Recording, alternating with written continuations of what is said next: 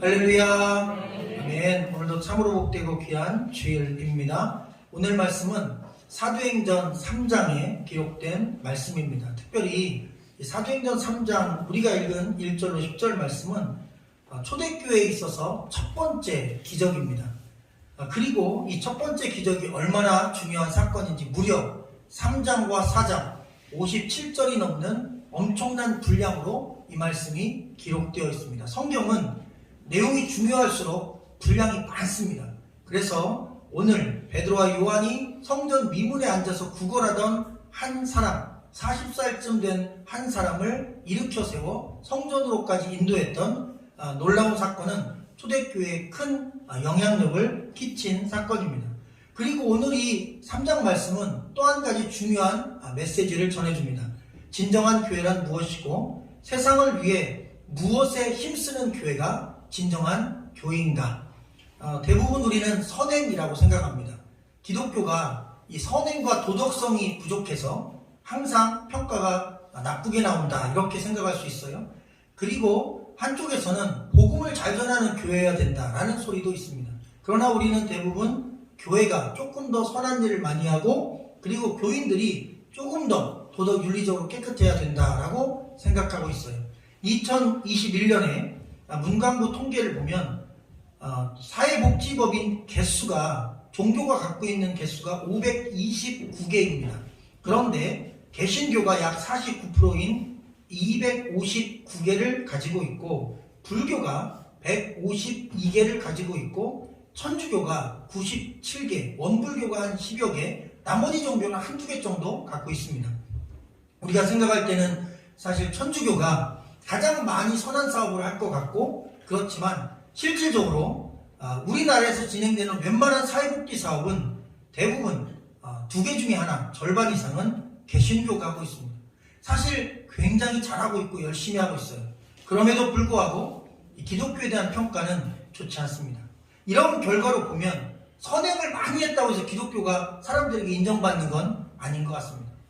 그러면 과연 교회가 어떻게 이 세상에서 영향력을 잘 끼치고 또 인정받고 또 하나님의 나라를 확장시킬 수 있을까? 오늘 본문은 그 답을 전해줍니다. 1절과 2절 한번 읽어볼까요? 여러분의 음성으로 부탁드립니다. 1절, 2절. 거기 보면 제9시 기도 시간에 라고 기록되어 있는데 이 유대인 시간에는 6시간을 더하면 우리 시간입니다.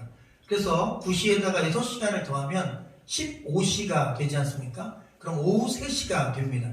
우리나라 시간으로는 오후 3시 마지막 기도 시간입니다. 오전 9시에 한 번, 그 다음 정오에 한 번, 오후 3시에 한 번 이렇게 유대인들은 꾸준히 기도하는 습관이 있었습니다. 그런데 베드로와 요한은 유대인에서 기독교인으로 바뀌었지만 이 기도하는 좋은 습관은 그대로 가져왔어요.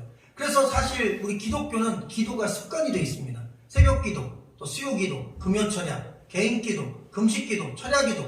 여러분 기독교만큼 기도가 많고 연합으로 모여서 기도하는 일을 힘쓰는데도 드물어요. 왜? 기독교에 있어서 가장 큰 힘의 근원은 기도이기 때문입니다. 기도할 때 하나님과 연결되고 기도할 때 우리가 연약하지만 하나님이 주신 능력을 기도할 때 경험하게 되니 기도만큼 소중한 것이 없다라고 생각해도 과언이 아님을 믿으시기를 주님의 이름으로 간절히 축원합니다. 그런데 오늘 말씀에 보면 성전에 올라갈새라는 표현이 있어요. 이 표현은 원래 원어로 보면 이게 계속 진행되는 느낌의 단어입니다. 다시 말하면 성전에 올라갈새, 한국말로 보면 한 번 올라간 느낌이지만 실질적으로 이 글이 쓰여있는 원래 뜻은 계속 올라간다는 뜻입니다. 지금도 올라가고 있고 과거에도 올라갔고 앞으로도 계속 올라갈 것이다. 다시 말하면 요한과 베드로와 요한은 그전에도 기도했고 지금도 기도하고 있고 앞으로도 계속 기도한다는 뜻입니다. 그래서 계속 꾸준하게 기도를 중단하지 않고 있었음을 가르쳐주고 있었어요. 초대교회의 핵심은 바로 이 쉬지 않는 기도에 있었던 것 같습니다. 사도행전 2장에 우리가 지난주에 말씀을 살폈지만 여러분 2장에 엄청난 부흥이 있었어요. 성령이 임재하고 베드로가 설교하고 한 번에 3,000명이 회개해서 교회가 몇 명 안 되던 120명밖에 안 되던 초대교회가 한 번에 3,000명이 넘는 교회로 급성장했습니다. 사람이라는 게요 이렇게 갑자기 큰 성공을 거두거나 뭔가 갑자기 사이즈가 커져서 내가 좀 영향력 있는 사람이 됐다 싶으면 자기가 평소에 하던 일을 조금씩 줄이고 다른 일에 힘쓰게 됩니다. 그래서 기도하는 일이 줄어들고 또 하나님 말씀 보는 일이 줄어들고 뭔가 하나님과의 관계가 줄어들고 사회활동이 바빠져요. 그런데 여러분 베드로와 요한은 달랐어요. 그렇게 교회가 부흥하고 크고 자기가 바빠졌지만 그런 와중에도 기도하는 일만큼은 꾸준하게 계속해서 성전으로 올라가 정해진 시간에 그렇게 꿋꿋하게 변함없이 기도했던 걸 보게 됩니다. 여러분 그는 자만하지 않았고 그리고 자기가 어떤 큰 기적을 일으켰다고 사람들에게 자랑하지 않고 오직 이 모든 기적과 역사는 기도할 때 응답하신 하나님의 능력이라고 그 예수 그리스도 이름의 능력이라고 하나님께만 영광을 돌린 것을 오늘 말씀은 우리에게 증거해주고 계십니다. 특별히 한 사람이 등장합니다. 나면서 못 걷게 되니 라고 되어 있어요. 옛날 성경에는 안전뱅이라는 표현을 썼는데 이게 사실 요즘 사회에 맞지 않기 때문에 나면서부터 못 걷게 되니 라고 표현을 바꾸게 된 것이죠. 이게 원어에서는 직역을 하면 어머니 뱃속에서부터 못 걷게 된 사람, 그러니까 조금 더 전이죠. 그러니까 날 때 장애가 생긴 게 아니라 어머니 뱃속에서부터 장애를 안고 아기가 태어난 것이죠. 그리고 낳는데 역시 그대로 나온 거예요. 그래서 사실 이 아이는 선천적인 장애를 안고 태어난 겁니다. 근데 걸을 수 없는 장애, 한 번도 다리를 펴고 걸어본 적이 없는 사람이고 또 뒷장에 보면 이 사람이 약 40세쯤 되었다라고 기록된 걸로 보면 40년 동안 그는 한 번도 일어서서 걸어본 적이 없습니다. 그리고 더 무서운 사실은 불치병이라는 것입니다. 치료될 가능성이 없다는 것입니다. 절대적인 절망의 인생을 오늘 말씀은 소개해주고 있습니다.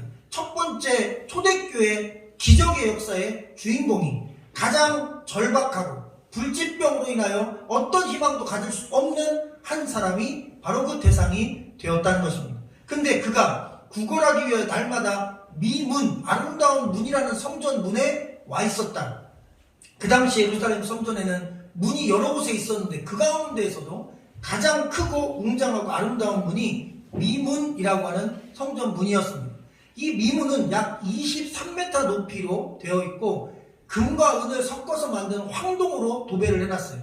사실 뒤에 보면 내게 은과 금은 없거니와 베드로가 그랬는데 바로 이 황동 문에는 은과 금이 도배가 되어 있었습니다. 그렇게 교회는 그때 부자였고 돈이 많았는데 교회 앞에는 거지가 있었고 구걸하고 있었고 배고픈 자가 있었어요. 교회 안에 성직자는 배불렀어요. 교회 안에서 나름대로 이득을 보았던 장사했던 사람들은 돈을 아주 많이 갖고 있었고 부유했어요. 근데 교회 밖에서는 문 앞에서는 이렇게 먹을 게 없고 또 직장이 없고 그리고 희망도 없는 사람들이 교회 밖에 이렇게 버려져 있었다는 것을 알게 됩니다. 더 무서운 사실이 있습니다. 당시에는 이 성전 미문을 통과해서 그 다음 여인의 뜰을 지나 이제 성전 안으로 들어가는데 장애인은 교회를 갈 수가 없었습니다. 성전 안에 못 들어가는 거예요. 그러니까 미문 앞에 굳이 있었던 이유는 이 미문을 장애가 있는 사람은 통과가 안 됐어요. 또한 누가 또 통과가 안 됐냐면 외국인은 통과가 안 됐습니다. 국적이 유대인이어야 됐어요. 유대인의 국적을 취득해야 돼요. 그런데 이방인이다, 노예다. 그럼 신분이 그러면 성전에 못 들어갔어요. 그러니 얼마나 가슴이 찢어집니까? 40년 살았고 그도 하나님 믿는 신앙이 있고 그도 천국 가고 싶고 그도 하나님께 축복받고 싶고 하나님의 은혜를 입고 싶은데 여러분 종교가 길을 막은 것입니다.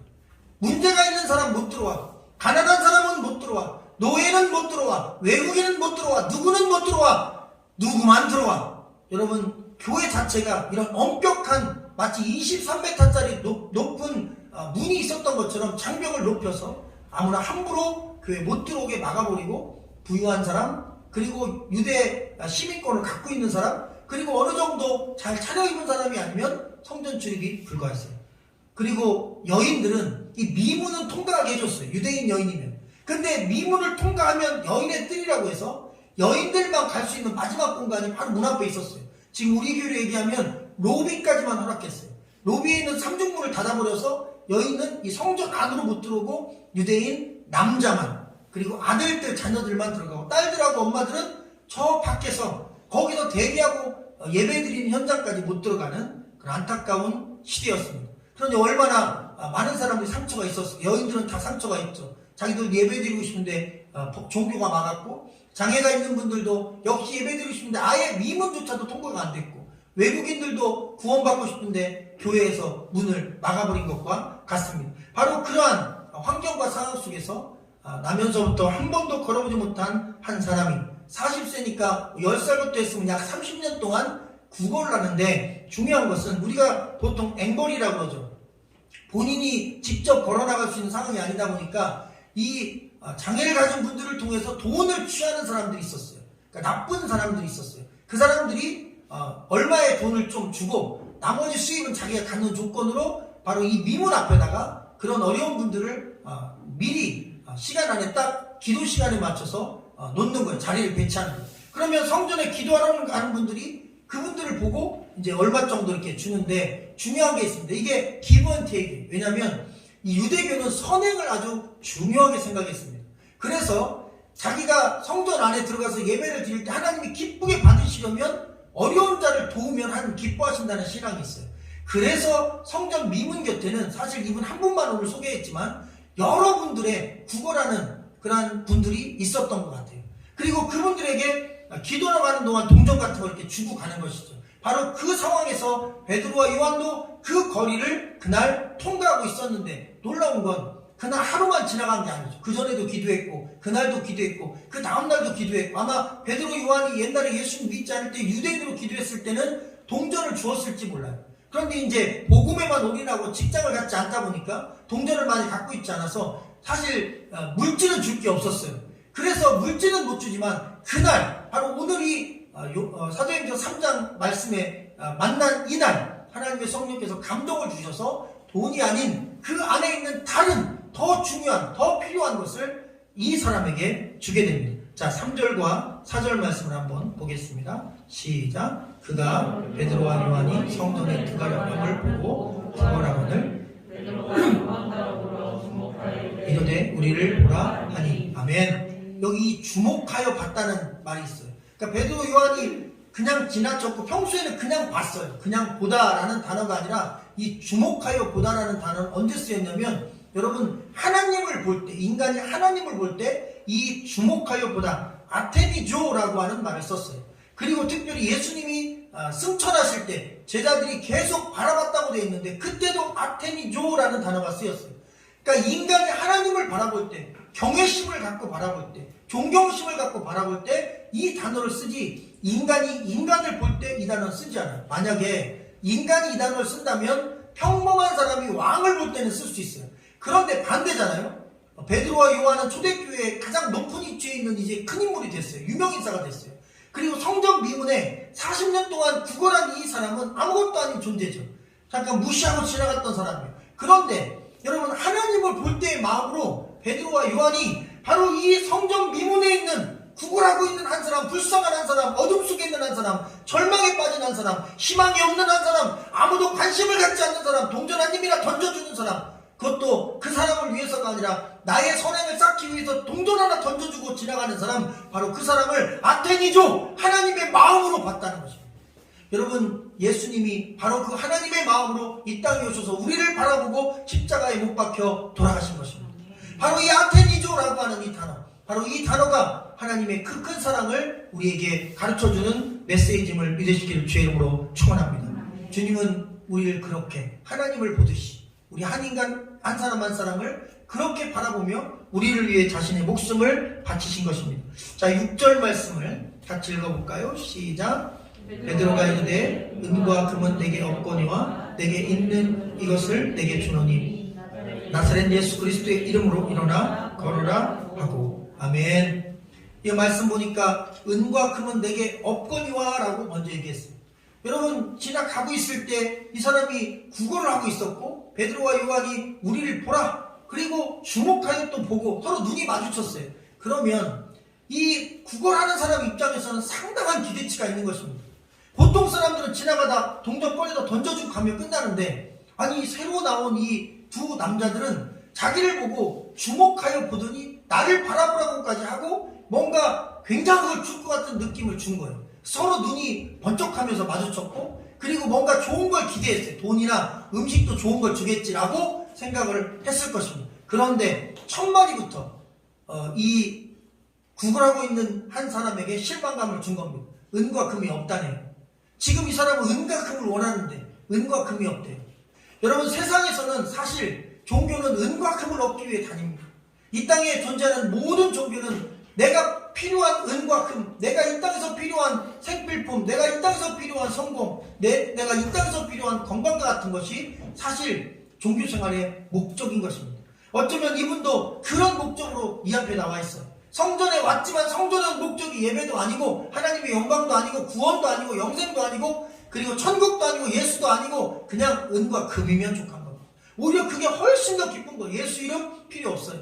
그리고 자기는 예배 필요 없어요. 종교생활 다 필요 없어요. 그냥 교회를 통해서 내게 필요한 모든 좋은 것만 오면 되는 거죠. 구하는 것, 내가 바라는 것, 내가 원하는 것만 이루어지면 되는 것입니다.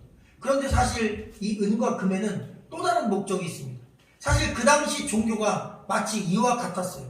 은과 금은 내게 없거니와 라고 베드로가 이렇게 선포했는데 사실 베드로는 실제로 돈이 없어서 돈이 없다고만 얘기한 게 아니라는 것입니다. 왜냐하면 그 당시 종교가 사실 겉껍데기는 이렇게 황금으로 은으로 도배되어 있었지만 진짜 있어야 될 중요한 하나님을 향한 진정한 예배도 없었고 그리고 그 안에 예수 그리스도의 이름도 없었고 그리고 온전하고 진실한 신앙도 그 안에 없었다는 것입니다. 겉모양만 껍데기만 갖췄지 그 안에 진정한 예배도 하나님을 향한 신앙도 없었습니다. 그래서 베드로는 얘기한 거예요. 우리 안에 너희가 바라는 세상 종교가 원하는 것은 나는 없다. 그러나 내 안에 있는 것이 있다. 그리고 선포합니다. 그 있는 것은 나사렛 예수 그리스도의 이름이다. 할렐루야. 베드로는 그 당시 종교가 가지고 있었던 금과 은 이런 건 없었어요. 그리고 종교를 통해서 뭔가 자기 뜻을 이루려는 그런 야망 같은 거 그런 건 없었어요. 다 버렸어요. 그리고 한 가지만 붙잡았어요. 그것은 예수 그리스도의 이름이었습니다. 아멘. 오늘 성경 말씀 3장은 아주 중요한 메시지를 전해줍니다. 우리는 생각할 때 교회가 선행을 많이 베풀면 사회가 인정해주겠다 그랬는데 이미 그건 아닌 거예요. 왜? 우리는 모든 이 땅의 종교가 갖고 있는 사회복지 법인의 50% 가까이를 기독교가 갖고 있지만 지금도 수많은 사회복지 사업을 하고 있지만 기독교는 여전히 여러분 종교 통계 호감도에서 항상 꼴찌입니다. 3대 종교 중에 1등을 한 적이 한 번도 없어요. 계속 최하위예요. 그러면 선행이 꼭 이 모든 것들을 반전시키는 그런 중요한 주제는 아닌 것입니다. 그럼 어떻게 될까? 오늘 말씀 가르쳐줍니다. 의외로 세상 사람들이 생각할 때는 교회가 좋은 일 많이 하면 좋은 평가 받을 것 같지 얘기하지만 오늘 6절 말씀을 통해 주님은 말씀하십니다. 그게 아니라 교회가 진짜 예수 그리스도의 이름이 있으면 그 이름을 붙잡으면 교회가 세상에 좋은 영향을 끼친다는 것입니다. 아멘. 할렐루야. 아멘. 결국 한국교회가 계속 짓밟힌 이유는 진짜 예수 그리스도의 이름 안에 들어있지 않기 때문이다. 오늘 말씀해 보면 나사렛 예수 그리스도의 이름으로라고 되어 있는데 그 으로라고 하는 단어는 안에로 바꿔서 해석해도 됩니다. 그럼 바꾸면 나사렛 예수 그리스도 이름 안에라고 바꿀 수 있어요. 결국 예수 그리스도 이름 안에 있어야 교회가 교회다운 교회가 된다는 거죠. 아멘. 신앙인이 신앙인다운 신앙인이 된다는 거죠. 아멘. 그래서 우리가 신앙생활 아무리 오래 해도 이 40년간 성전 미문에 앉아있었던 이분처럼 주세요 내가 원하는 것만 주세요 그런 신앙을 갖는다면 우리는 예수 그리스도 안에 들어갈 수 없는 것입니다. 진짜 내 마음이 성전 안에 들어갈 수 없는 것입니다. 그래서 우리 안에 있어서 가장 중요한 것은 교회도 신앙인도 예수 그리스도가 우리 안에 계시고 우리가 그 예수 그리스도 안에 계셔야 있어야 함을 믿으시기를 주의 이름으로 간절히 축원합니다. 아멘. 여러분 이름은 그분의 능력을 나타냅니다. 그래서 예수 그리스도의 이름은 그 예수 그리스도가 가진 능력을 포함하고 있는 것입니다. 다윗이 골리앗과 싸울 때 물맷돌만 들고 간 게 아닙니다. 그 물맷을 돌리면서 그가 하나님의 이름을 선포했어요. 너는 모독하고 여호와를 함부로 말하지만 나는 너희가 모독하는 그 여호와의 이름으로 내게 가노라 그랬어요. 할렐루야. 그 만군의 여호와의 이름이 신앙에서는 예수 그리스도의 이름이 되어 함께 갑니다. 그래서 골리앗을 향해 물매를 막 돌려서 집어 던질 때 그 물매와 예수 그리스도의 이름의 능력, 하나님의 이름의 능력이 함께 날아가 여러분 정확하게 적의 정수리에 꽂힌 것입니다. 아멘. 그렇게 교회는 신앙인은 예수 그리스도의 이름의 능력에 붙들려 살아야 된다는 사실을 오늘 말씀 우리에게 가르쳐주고 있음을 믿으시기를 주의 이름으로 축원합니다. 아멘. 만약 이 3장 말씀의 핵심 내용이 치료에 있었다면 오늘도 끊임없이 이 땅에 수많은 질병을 가진 분들이 교회 와서 다 나으셔야 될 것입니다. 그런데 놀랍게도 교회 와서 예배드리고 기도한다고 해서 모든 질병이 다 치료되지는 않습니다. 제가 아직도 기억합니다. 어른들은 기억하실 텐데 문호장 씨라고 있어요. 그분이 연기자로 계시다가 암에 걸려서 저희 어머니가 계신 부여기도원에 왔어요. 저는 TV에 그때 전설의 고향에 자주 나오셨거든요. 이 문호장 선생님이. 그래서 TV를 틀었더니 그 TV에 이 문호장 선생님 막 촌장으로 연기를 하고 계시고 눈을 들어서 보니까 이게 마루에 그분이 앉아가지고 누가 얘기를 하고 있고 처음으로 연예인과 TV 프로그램을 동시에 봤어요. 좀 신기하더라고요. 80년대에 그랬어요. 그런데 그분이 암병에 걸렸는데 그 기도원에 와서 완치되셨단 말이죠. 그리고 그분이 완치된 것에 감사해서 연예인의 길을 접고 호련히 연예계에서 사라진 다음에 신학을 해서 목사님이 돼서 연예인교회 담임 목사로 오랫동안 사역하시다가 자연스럽게 연령이 높아지신 다음에 하나님께 부름받았어요. 건강이 다시 악화되지 않았습니다. 치료받으셨어요. 그러면 왜 그분은 치료됐는데 지금 이 땅에 있는 수많은 암병 환자가 다 교회에서 치료되지 않는가? 이유가 있는 것입니다. 여러분, 교회 와서 기도하면 모든 병이 다 치료되진 않습니다. 확실합니다. 지금도 교회 성전에 있다고 해서 누군가 예수 이름으로 일어나라 해서 그 사람이 다 일어날 것 같으면 얼마나 좋겠어요. 그런데 오늘 이 말씀은 사인입니다. 왜? 이 말씀을 통해서 이 사건을 통해서 하나님이 하시고자 하시는 일이 있었던 것입니다. 하나님의 계획성 속에서 어떤 질병이 치료될 때도 있고 어떤 경우는 치료 없이 그 질병을 끝까지 안고 가면서 그 과정 가운데 하나님의 은혜를 경험할 때가 있어요. 우리는 문제가 해결돼야 은혜 받았다고 하는데 여러분 문제 속에도 은혜가 있는 것입니다. 우리가 전혀 할 수 없어요. 하나님의 깊이를 깨달을 수 없어요. 우리는 완벽해야 은혜 받고 축복받았다고 생각하지만 불안정한데 그것이 은혜인 경우가 있습니다. 그러니 하나님의 그 섭리를 우리는 함부로 말할 수 없어요. 고생하고 살았지만 하늘의 위로가 더 큽니다. 편안하게 살았지만 100% 지옥 가는 경우가 있어요. 재벌 부러워하지만 하나님 없는 재벌은 가장 저주받은 것입니다. 왜? 여러분 60년 편하게 살다가 죽으면 천국이 아닌 지옥이기 때문인 것입니다. 그래서 이 땅에서 고생했다고 해서 저주가 아니고 축복받아 해서 다 축복이 아닌 것은 하나님의 섭리와 계획이 각각 케이스 바이 케이스 사람마다 다르기 때문인 것입니다. 여러분 이 한 사람이 치료받아야 될 이유가 있었던 것입니다. 이 사람은 가장 유명한 사람입니다. 왜? 적어도 30년간 성전 미문에서 구걸을 했어요. 그러니 이 미문을 통과했던 모든 여인들은 반드시 거기를 100% 지나가야 됩니다. 왜? 여인의 뜰에만 들어갈 수 있으니까. 그러면 모든 이 유대인 여인들은 이 구걸했던 이 사람을 얼굴을 다 본 사람들이에요. 동전도 많이 줬을 거예요. 그 다음 남자들은 그 뜰을 지나서 그 성전까지 들어가니까 가족과 함께 와서 자기 아내와 아이들은 그 미문 안쪽에다 두고 여인의 뜰에 두고 자기들 성전에 들어갔죠. 그러니까 남자들도 이 사람을 수십 년 본 거예요. 그러니 이 40세 된 이 사람은 유명인입니다. 이 사람의 얼굴을 보면 그가 어디에서 구걸하고 있는 사람인지 다 아는 사람이에요. 그렇게 유명한 사람이에요. 알려진 사람이에요. 그렇게 모든 사람들이 다 알만한 사람이에요. 근데 그 사람이 치료받았습니다. 할렐루야. 말씀해 보니까 손을 잡아 일으켰다고 돼 있어요. 발과 발목에 힘을 얻었다고 그랬어요. 우리도 깁스를 이렇게 해보면요. 한 달, 두 달 정도 이 팔이나 다리 깁스를 하면 그거 깁스 풀고 바로 팔 막 못 씁니다. 재활치료라는 걸 꼭 해야 됩니다. 그래서 유연성이 확보되고 어느 정도 이게 탄력을 받으면 그다음부터 마음껏 쓰지 그날 치료받아도 그날 막 쓸 수가 없어요. 근데 이분은 40년간 다리가 구부러져서 펴지지 않은 분입니다. 그런 분이 다리가 쫙 펴질 뿐만 아니라 그날 뛰었다고요? 의학적으로 여러분 절대 말이 안 되는 것입니다. 그래서 중요한 겁니다. 이건 하나님이 하신 겁니다. 여러분 상식적으로 말이 안 됩니다. 하나님이 하셨어요. 재활 필요 없어요. 왜? 그분은 창조자니까요. 여러분 우리를 완벽하게 처음부터 그냥 없는 상태에서 우리 인간을 만드신 분이기 때문에 고장난 부분 고치는 건 그분에게 유도 아니었던 것입니다. 그리고 뜻이 있었던 것입니다.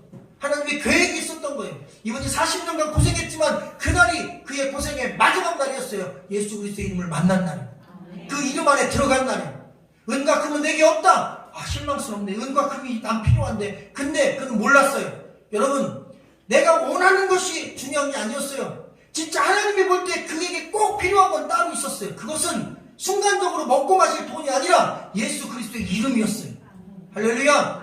그게 물론 자기가 치료됐으니까 그것도 중요한 일이에요. 그러나 자기가 치료한 사건을 통해 예수 이름을 믿었다는 게 더 중요합니다. 그 과정을 통해 주님을 영접한 것입니다. 하나님의 이름을 영접한 것입니다. 그가 영생을 얻게 된 것입니다. 그리고 그 즉시로 집으로 가지 않고 그가 성전 안으로 뛰어들어가. 이 사람은 남자입니다. 여인의 뜰에 있을 필요가 없어요. 유대인 남자는 성전 안에 직행할 수 있었어요. 그래서 성전 안에 들어가 하나님을 찬미하고 막 난리가 났어요. 그랬더니 우리가 읽지 않았지만 3장 이후부터 4장까지 보면 많은 사람들이 황홀하게 놀랬다고 되어 있어요. 성경 표현이 황홀하게 되어 있습니다. 얼마나 놀라운지 모든 사람이 저 사람은 미문에서 구걸하는 남자가 아닌가, 저가 어떻게 걷고 뛰게 되었는가, 베드로가 예수의 이름으로 일으켰대 라고 하는 말을 들으며 모두가 다 깜짝 놀란 거예요. 근데 놀라운 사실은 그 성전 미문 안에, 남자의 뜰 안에 여러분 5,000명의 남자가 있었던 거예요. 그리고 그 5,000명의 남자가 예수 그리스도를 믿었다는 것입니다. 할렐루야. 바로 그날 이 한 사람을 통하여 더 중요한 메시지가 있습니다. 한 사람만 예수의 이름으로 바르게 변하면 5,000명도 변화되더라, 이런 말씀입니다. 여러분, 한 사람이 가족을 구원하더라, 이런 말씀입니다. 우리 가족, 나 한 사람이 예수 이름 안에 거하면 가족도 구원한다. 아멘. 할렐루야. 아멘. 그러니 한 사람이 예수의 이름으로 변화되는 것이, 여러분, 가정 구원의 첫걸음이고, 인류 구원의 첫걸음이고, 동네 구원의 첫걸음이고, 그리고 도시 구원의 첫걸음이고, 내 주변의 인물들을 구원하는 첫걸음입니다. 남을 보고 비판하고 판단할 필요가 없습니다. 내가 예수 그리스도 이름으로 일어서는 것입니다. 아직 성전 미문에 있는 신앙이 많아요. 하나님 주세요, 주세요, 주세요. 그냥 하나님께 뭔가 구하기만 하고 만약 그게 이루어지지 않으면 원망하는 그런 마음이 우리 안에 많이 있을 수 있어요. 미문의 신앙입니다. 이분이 앉아있었던 것처럼 그냥 구하기만 하는 신앙, 금과 은만 구하는 신앙입니다. 이제는 예수의 이름으로 일어나서 성전 안으로 들어가서 진정한 예배의 사람으로 거듭나야 합니다. 할렐루야. 주님의 이름을 의지하고 일어서기를 주의 이름으로 축원합니다. 그 이름 안으로 들어가기를 주의 이름으로 축원합니다. 여러분, 은과 금은 세상에 살아가는 동안 꼭 필요한 것입니다. 무시할 수 없는 것입니다. 열심히 경제활동하고 직장생활하고 때로는 투자해서 좋은 결과도 얻기를 주의 이름으로 축원합니다. 그러나 오늘 메시지는 전해줍니다. 은과 금이 필요 없다는 게 아닙니다. 은과 금보다 우리 안에 정말 먼저 있어야 되고 꼭 있어야 되고 없으면 안 되는 게 있는데, 그것은 바로 예수 그리스도의 이름입니다. 아멘. 베드로가 진짜 은과 금이 없어서 은과 금이 없다고 하지 않았습니다. 베드로는 부자입니다. 그는 선주입니다. 수억 원짜리 배를 갖고 있는 사람입니다. 물고기를 잡던 선장입니다. 그의 집안도 빵빵합니다. 요한은 더합니다. 그는 제사장들과 거래를 뒀던 자기 아버지가 아주 엄청난 수산업 사업가입니다. 둘 다 엄청난 부잣집안이에요. 그러니 은과 금이 없다는 메시지는 실제로 돈이 없다는 말이 아닙니다. 너는 내게 은과 금을 구하지만 내게 더 좋은 걸 주겠는데 예수 이름이라는 것입니다. 은과 금은 당장 먹을거리는 오늘 빵을 해결하지만 예수 이름은 너의 영혼을 일으키고 너의 육체를 일으키고 너를 영원한 생명으로 인도할 것이니 내가 더 좋은 걸 먼저 줄게. 그래서 그를 뛰게 한 것입니다. 그가 진짜 예수 이름의 능력으로 하나님을 예배할 수 있는 기쁨을 얻은 것입니다. 영혼이 변화된 것입니다. 예수 그리스도의 이름이 바로 그를 그렇게 만들어 주었다는 사실입니다. 오늘 말씀은 그렇게 강조하고 있는 것입니다.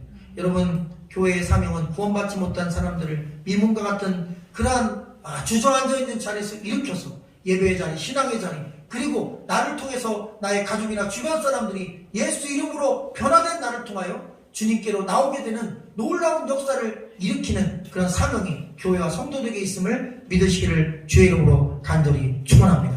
같이 기도하겠습니다.